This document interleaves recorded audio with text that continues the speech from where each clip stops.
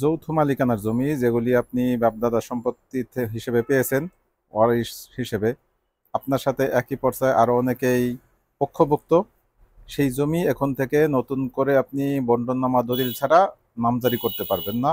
আর নামজারি না করতে পারলে আপনার অনেক সমস্যা হবে। আমি গতকালকের ভিডিওতে আলোচনা করছি।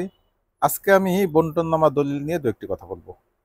অনেকেই ভয় পান বন্টননামা দলিল বোধহয় অনেক খরচ পড়বে, অনেক সমস্যা হবে।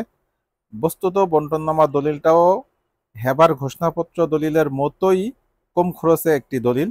শুধুমাত্র পক্ষগণের সেখানে উপস্থিত হতে হয় এবং অংশটা আপনি কোন সাইড থেকে কে নেবেন সেটা আপনারা মিউচুয়াল করতে পারবেন।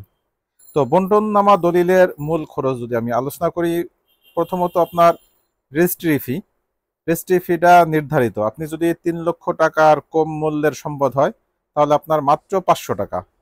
আর যদি এই 10 লক্ষ টাকা পর্যন্ত হয় সেই ক্ষেত্রে 700 টাকা, 30 লক্ষ গেলে 1200 টাকা, 50 লক্ষ গেলে 1800 টাকা এবং 50 লক্ষ টাকার ঊর্ধ্বে হলে আপনার 1 কোটি, 2 কোটি, 5 কোটি টাকা সম্পদ হলে মাত্র 2000 টাকা। এটা হচ্ছে রেজিস্ট্রেশন ফি। এই ফির অতিরিক্ত আর কোনো ফি এখানে ঢুকবে না রেজিস্ট্রেশন ফিতে।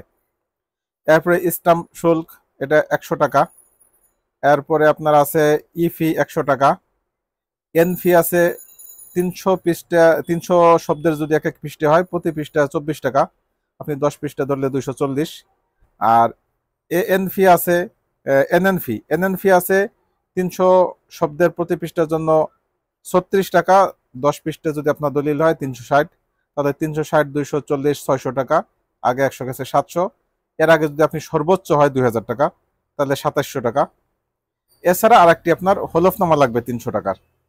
মোটামুটি এই হচ্ছে আপনার খরচ। তার মানে 3000 টাকা সাথে দলিল লেখকের যেই টাকা, এটা হচ্ছে আপনার সর্বোচ্চ যদি 50 লক্ষ টাকার উপরে সম্পদ হয়।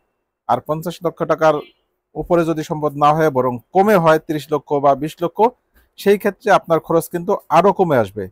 তার মানে এই দলিল থেকেও কিন্তু আমাদের দলিল লেখকরা আমাদের চোখে মুখে ধুলো দিয়ে টাকা হাতিয়ে নিচ্ছে অবৈধভাবে, আমাদেরকে ভুল বোঝাচ্ছে এবং এই ক্ষেত্রেও তারা অনৈতিকতার আশ্রয় নিচ্ছে। দেখা যাচ্ছে কারো থেকে 30,000, 35,000, 40,000, 25,000 টাকা এক একটা দলিল বাবদ তারা নিয়ে নিচ্ছে। যখন ক্লায়েন্ট দাবি জিজ্ঞাসা করছে খরচ কিসের, তারা বলতেছে দলিল খরচ এই লাগবে।